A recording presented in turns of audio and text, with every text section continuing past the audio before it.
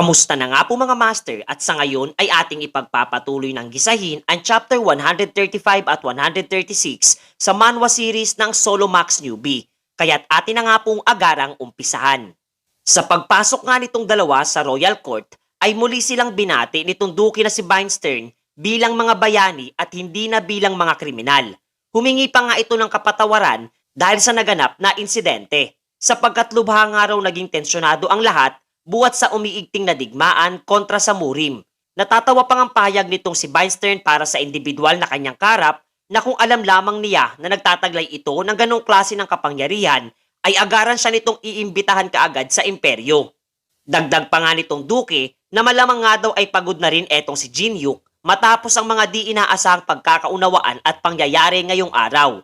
Kaya't maaari nga daw muna itong magpahinga sa ngayon at bukas na lamang nila itutuloy ang pag-uusap at nagmamadaling inatasan ang isa sa mga gwardyang naroroon na maghanda ng isang maayos na silid para sa kanilang itinuturing na mga mahalagang bisita. Ang lahat nga ng mga nangyayari ay taimtim namang inoobserbahan nitong si Abraham mula sa isang sulok at hindi rin makapaniwala na ang isang itinuturing na wanted kani-kanina lamang ay kinikilala na sa ngayong isang bayani ng kanilang imperyo. At aminado nga talaga siyang isang misteryosong tao, etong si Kang Jinyuk mga master. Maya-maya pa ay dumating na rin etong kanyang kaibigang si Mackenzie na nasilayang muli itong ating pangunahing tauhan at kaagad na napaluha buwat sa muling pagpapanumbalik ng kanyang phobia sa nagdaang kaganapan. Kung kaya't inalo na lamang siya nitong kanyang kaibigang si Abraham at inanyayahan itong uminom na muna silang dalawa ng magkasama sa labasan. Pagkatapos noon ay ipinakita sa atin etong si Alice na talagang ine-enjoy ang bawat sandali ng pag-inom ng alak habang nakababad ang katawan sa isang magarbong bathtub. Napangiti pa nga itong ating pangunahing tauhan at talagang aminado nga raw siya na etong si Alice na nagkunwaring isang mage ang siyang tunay na nagpabago sa pananaw nitong duke na si Beinstern. Nakaisip nga siyang muli ng ideya na lumikha ng panibagong isang lihim at di kilalang karakter na nagtataglay na nag-uumapaw na lakas at abilidad maliban kay Unknown. Nakatitiyak nga raw siyang mas lalong dadami ang mga taong makukuha niya ang atensyon kasabay ng paglaki ng bilang sa makukolekta niyang mga barya. Natatawa nga siyang isipin na itong duke na si Beinstern na minsan siyang tinawag na isang pagano ay kasalukuyang hinahalikan na ang kanyang puwet dahil sa paghanga. Kasunod noon ay muling naalala nitong binata ang kanyang naging interaksyon dito kay Arun ng Gandhara Guild at do'y ipinahayag sa atin na ang tinutukoy niyang espiya sa loob ng imperyo ay walang iba kundi ito mismong duke na si Beinstern. Natatawa nga siya hinggil sa impormasyong kanyang pinanghahawakan at binabalanse ang mga bagay-bagay na posibleng mangyari. Ayon pa nga dito kay Jinyuk na kung kanyang araw ilalahad ang nasabing lihim para dito kay Penimir ay hindi niya nakikitang magiging kapaki-pakinabang ito para sa kanya at kung ikukonsidera nga daw ang kasalukuyang senaryo ng kaharian ay kaniyang masasabing tuluyan ng pinanghahawakan ng mga kamay nitong si Beinstern ang buong Kapitolyo at literal na mas magiging mahirap kumilos pag nagkataon sa kabila ng pagkatuklas na siya ang hinahanap nilang espiya mga master. Sa gitna ng kanyang pagmumuni-muni ay nakarinig siya ng marahang mga katok mula sa pinto ng kanilang silid at ito pala ay ang Grand Sword Master na si Abraham na may daladalang alak at inaya itong si Jinyuk na uminom. Tanda nga raw ng kanilang paghingi ng paumanhin sa kaguluhang naganap kanina lamang. Sa kanilang pag-inom nga ay inilahad nitong si Abraham ang mga katagang ipinahayag nitong kanyang kaibigang si Mackenzie na noon pa nga lamang di umano nakaranas ng ganoong klase ng kahihiyan matapos na siya ay maging isang Grand Sword Master. Dagdag pa nga ni Abraham na batay sa kanyang mga impormasyong nalalaman na tanging ang ikasampung palapag pa lamang ng tore ang nagagawang maabot ng mga tagalabas na manlalaro. Kung kaya't bilang respeto sa kanyang kaharap ay inamin na nga nitong ating pangunahing tauhan na naroroon siya mula sa kahilingan nitong matandang si Penimir na tulungan silang i-raid ang giant fortress na ikinabiglang mapag-alaman nitong si Abraham. Agad na na-question nga siya nitong si Jinyuk kung bakit ito nagtataglay ng ganong klase ng reaksyon ng pagmumukha sapagkat naroroon nga raw siya upang tulungan ang imperyo. Subalit tila ba hindi ito masayang mapag-alaman ang kanyang misyong isasagawa para sa kanila. Ipinaliwanag naman itong si Abraham na eto nga raw si Penimir ay ginagawang lahat para sa kapakanan ng kanilang emperador, gayon din ng imperyo. Maging kapalit man ito ay ang kanyang buhay na isa nga daw tunay na kagalang-galang na kabalyero. Subalit aniya ang imperyo nga daw sa ngayon ay patuloy na bumabagsak kasabay ng panghihina nitong si Emperor Rendart III. Kahit nga raw magawa pa nitong si Jinyuk na pabagsakin ng tuluyan ang Giant Fortress, kung wala naman silang isang mahusay na leader ay mawawalan din lamang ito ng saysay. At kung magpapatuloy nga daw ito, ang buong imperyo ay posibleng tuluyang bumagsak at mapasakamay ng Murim na pasimpleng pinagtawanan lamang nitong binata mga master. Seryoso ngang nasambit nitong si Jinyuk na iyon nga raw bang rason kung bakit nito mas piniling umanib sa panig ni Beinstern at traidorin ng tuluyan etong kanilang emperador. Sa kanyang binitawang kataga ay talagang nabigla nga etong Grand Sword Master na si Abraham at agad na napatayo sa kanyang pinagkakaupuan. Ngunit pinakalma naman siya nitong ating pangunahing tauhan at isinaad na tanging ninanais lamang niyang maunawaan ang mga bagay-bagay at hindi siya naghahanap ng anumang gulo. Kanyang araw nakukuha ang punto na para sa kapakanan ng isang bansa, ang isang individual ay handang kalimutan ang kanyang dignidad bilang isang kabalyero. Nainsulto naman etong si Abraham sa naging payag ni Jinyuk, subalit mas pinili nga nitong maging kalmante at kasabay na ipinahayag ang kanyang tunay na pakay. Aniya ay kaya nga raw niyang ibigay ang mga bagay-bagay ng higit pa sa kayang ipagkaloob nitong si Penimir. Tanging pabagsakin nga lamang di umano nitong ating pangunahing tauhan ang Giant's Castle, hindi para dito kay Penimir, bagkus para dito sa duke na si Beinstern. Kinabukasan ay atin ngang makikita nagpapasalamat etong duke na si Beinstern mula sa pagtanggap nito sa kanilang kailigan na umanib sa imperyo at kasalukuyang patungo sa kanlurang bahagi ng kaharian, kung saan matatagpuan etong tinatawag na Giant's Castle. Nagpabaon pa nga ito ng paalala para sa kaligtasan nitong dalawa habang kasabay na sinimulan na ang kanilang paglalakbay gamit ang isang kabayo. Natanong nga nitong si Abraham ang duke kung mapagkakatiwalaan talaga etong si Jinyuk, na sinagot naman ito na hindi na iyon mahalaga pa at inatasan nga etong commander na nasa hanay ng digmaan na gamitin hanggang sa abot ng kanyang makakaya etong ating pangunahing tauhan bago pa ito magpasyang suluhin etong Giant's Castle at huwag nga raw nila hahayaang mangyari ang bagay na iyon, na talagang ikinabigla ring marinig nitong Grand Sword Master. Samantalang si Jinyuk ay kapwa nga nag-iisip-isip hinggil sa naging payag nitong si Abraham na posibleng bumagsak ng tuluyan etong imperyo sa Murim at nagdududa kung alam na nitong nasabing Grand Sword Master na ang kanyang pinaglilingkuran ay ang mismong espiya at traidor sa kanilang panig. Natanong nga rin siya nitong si Alice kung talagang seryoso etong binata na pumanig sa puwersa nitong si Beinstern, na natatawang sinagot naman niyang hindi. At kapwa nga raw malamang na ganoon din ang naiisip ng nasabing duke at nagpaplano na kung papaano siya pakikinabangan at ididispatch siya pagkatapos. Ngunit sa ngayon nga raw ay mas makabubuting ituon na muna nila ang kanilang atensyon kung papaano nila mapapasok etong kastilyo ng mga higante. Samantalang sa lugar na tinatawag na kaharian ng Sedet ay makikita nating nagsasagawa ng ritual ng pagtanggap ang ilan sa mga madre para dito kay Teresa. Ngunit naguguluhan nga ang mga ito, buwat sa maliban sa light energy ay nagtataglay nga rin daw siya ng dark energy sa kanyang katawan. Ayon pa nga sa isa sa mga madre, na batay sa kanilang batas na sinusunod ay kinakailangang agaran siyang linisin. Subalit ang kasalukuyang sitwasyon nitong si Teresa ay napakahirap nga raw pagpasyahan. Ang nasabing madre nga ay nagngangalang Savannah, na tumatayong Archbishop ng Holy Kingdom. Malungkot namang humingi kaagad ang dalaga ng pasensya, subalit agad din siyang kinomfort nitong si Savannah sapagkat nangangahulugan lamang daw ito ng kanyang kapangyarihang tinataglay ay puro at dalisay. Kaya't huwag na nga daw siyang mag-alala pa. Natanong nga rin niya etong si Teresa kung ano ang sadya niya sa ika-21 palapag ng tore, habang mas nababahala sa magkapatid na kaniyang kasakasama, na sa ngayon nga ay literal na nagbibigay ng problema sa iba pang mga madreng naroroon, na ayon pa nga kay Archbishop Savannah na mas mukha nga raw corrupted pa etong dalawang bata kesa sa kanya.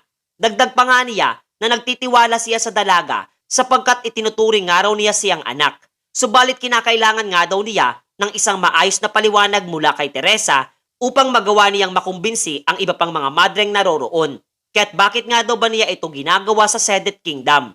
Seryoso siyang sinagot ng dalaga na ang kaniyang lubos na pinagkakatiwalaang kasamahan ay inilahad nga daw sa kanya na may individual nga daw na magdudulot ng panganib sa ika-21 palapag ng tore at siyang magdadala ng pagbagsak ng nasabing kaharian, mga master.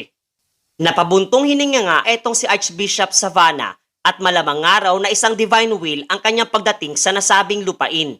Paliwanag nga niya Nakamakailan lamang ay nagsimulang magkaroon ng mga kakaibang insidente nang biglaang pagkawala ng ilan sa mga tao sa iba't ibang bahagi ng nasasakupan ng imperyo. Dagdag pa nga nito na ang mga biglaang naglalahong mga tao ay mga nagsisilbing tagapagbantay ng mga holy relics at ang mga bagay na kanilang pinangangalagaan ay kasama din nilang misteryosong naglaho. Aminado nga etong Archbishop na buwat sa tumitinding tensyon kontra sa Murim ay kulang sila sa mga individual na magsasagawa ng pag-iimbestiga. Kung kaya't isa talagang hulog ng langit ang biglaang pagdating nitong si Teresa at kanyang ipinapaubaya na ang pag-iimbestiga ng nasabing insidente sa dalaga.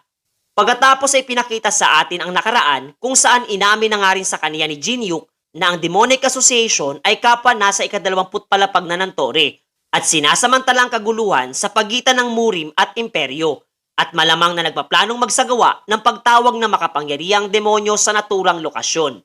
Nabigla etong si Teresa sa kanyang napag-alaman at dahil alam nga ni Jinyuk na napakahalaga para sa dalaga ang Holy Empire at ang mga individual na naroroon kung kaya't nakiusap nga ito sa kanyang kaibigan na masusing imbestigahan ang pagkilos ng mga demonic human at protektahan ang Holy Empire sa napipintang panganib. Dagdag pa nga nitong ating pangunahing tauhan na magpapadala siya ng alalay sa kanya sa pag-iimbestiga at ito nga ay sina Cassie at Judelo na sa ngayon ay kumilos na nga upang maghanap ng mga palatandaan at senyales ng pagkilos ng hinahanap nilang asosasyon mga master. Ipinakita namang muli sa atin etong si Goguma na talagang nababagot na sa kanilang isinasagawa sa ika-12 palapag ng tore, kasama ang 5 espiritu at si T-Bone. Masayang-masaya nga siya sapagkat nagagawa niya ng makapagsalita sa ngayon ng tuwid at tumaas na rin ang kanyang antas, subalit hindi naman napapahanga etong si Goguma at mas piniling panoorin na lamang etong kanyang mga kasamahan na pinagtutulungan ng mga langgam na naroroon. Maya-maya ay nakatanggap nga ng tawag etong si Goguma mula sa ating pangunahing tauhan at silang lahat ay muli na niyang tinawag papalabas ng ika-12 palapag ng tore na labis na ikinatuwa nitong 5 espiritu, gayon din itong si T-Bone na iniisip na oras na upang siya ay magpasikat sa kaniyang bossing. Subalit mapipinta ang pagkadismaya sa mga mata nito habang pinagmamasdan eto nagyayabang na si T-Bone at hindi alam kung ano ang magiging reaksyon sa itsura nito. Inilahad nga ni Jinyuk na bagya ng lumago ang kanyang kakayahan, subalit napakalayo pa nga raw ang antas na dapat niyang abutin, habang nag-iisip nga kung kinakailangan na niyang lumika ng panibagong undead. Natanong nga siya ni Alice kung nasaan etong si Goguma, na sinagot naman itong ating pangunahing tauhan na ito ay kasalukuyang nagpapahinga at bagyang nagtatampo at nagrereklamo matapos ang lahat ng mga pinagawa sa kanyang alaga. Na-question nga muli siya ng dalaga kung bakit niya kinakailangang pagkaabalahan pang palakasin ang isang walang kwentang kalansay, na ayon naman sa binata ay mauunawaan din niya ito sa hinaharap. At napapaisip nga raw siyang subukan ang kasalukuyang lakas ni T-Bone na perpektong pagkakataon para sa individual na kani-kanina pa sila sinusundan, na talagang nabigla nga ring marinig ang kanyang naging payag mula sa di kalayuan. Hinamon nga ito ni T-Bone at nagnanais na patunayan ang kanyang pakinabang sa kanyang master. Doy nagpa siya na nga itong magpakita sa kanila, gayon din hindi lamang pala ito nag-iisa na agad ikinaduwag ng kanyang alagang kalansay. Nagpakilala nga etong kanilang leader na nagngangalang White Snake at inilahad na inatasan nga daw siya ng Dark Emperor na dakpin etong binata. Inilabas nga niya ang kakaiba niyang espada at seryosong nawika na tatanggapin nga raw nitong si Jinyuk ang kaparusahan matapos ang kalapastanganan at pagpapanggap na kanyang isinagawa bilang disipulo ng Dark Emperor. Hindi naman kakikitaan ng anumang takot etong ating pangunahing tauhan at binigyan pa nga ng misyon etong si T-Bone na kaharapin ang mga assassin na nasa kanilang likurang bahagi. Natatawa naman etong si Alice at nagpaplano nga sanang tapusin na agad ang lahat ng mga ito gamit ang kanyang blood magic. Subalit muli naman siyang pinaalalahanan nitong si Jinyuk na huwag nga raw kakalimutan nitong si Alice na bawal siyang pumaslang ng kanilang mga kinakalaban sa ngayon na di nito nagustuhan. Napangiti na nga lamang etong ating pangunahing tauhan at ipinaliwanag na iyon ay dahil kasalukuyang pinagmamasdan sila ng bossing nitong mga nasabing individual mula sa di kalayuan. Masisilayan nga natin na naroroon din etong Dark Emperor at nais na masaksihan ang tunay na abilidad nitong nagpapanggap na kanyang disipulo. Kumilos na nga etong lalaking tinatawag na White Snake at mabilis na ginamit ang kanyang sword key. Napahanga nga etong si Jinyuk sa kulay nitong pula na tinataglay at aminado siyang ang lalaking kanyang kinakaharap sa ngayon ang isa sa mga pinakamalakas na gumagamit ng ganoong kaparaanan at nagpaplanong gamitin din ang lalaking ito sa kanyang personal na adhikain. Napahanga nga sa pagkilos na isinasagawa nitong binata ang Dark Emperor mula sa di kalayuan habang nababahala naman etong si Wu Liang para sa kanya. Buhat sa isa di umanong mahusay na martial artist, etong si Baeksa o White Snake pagdating sa paggamit ng kanyang mapanlinlang na kaparaanan ng espada. Kasalukuyang galit na nga ito sa patuloy na pag-iwas lamang na isinasagawa ni Jin Yuk kung kaya't inactivate na niya ang skill na Blood Sand Explosion patungo sa binata. Muli naman siyang pasimpleng nilait nitong ating pangunahing tauhan sapagkat nabanggit nga raw nitong si Baeksa kani-kanina lamang na dadalhin siya nito patungo sa Dark Emperor.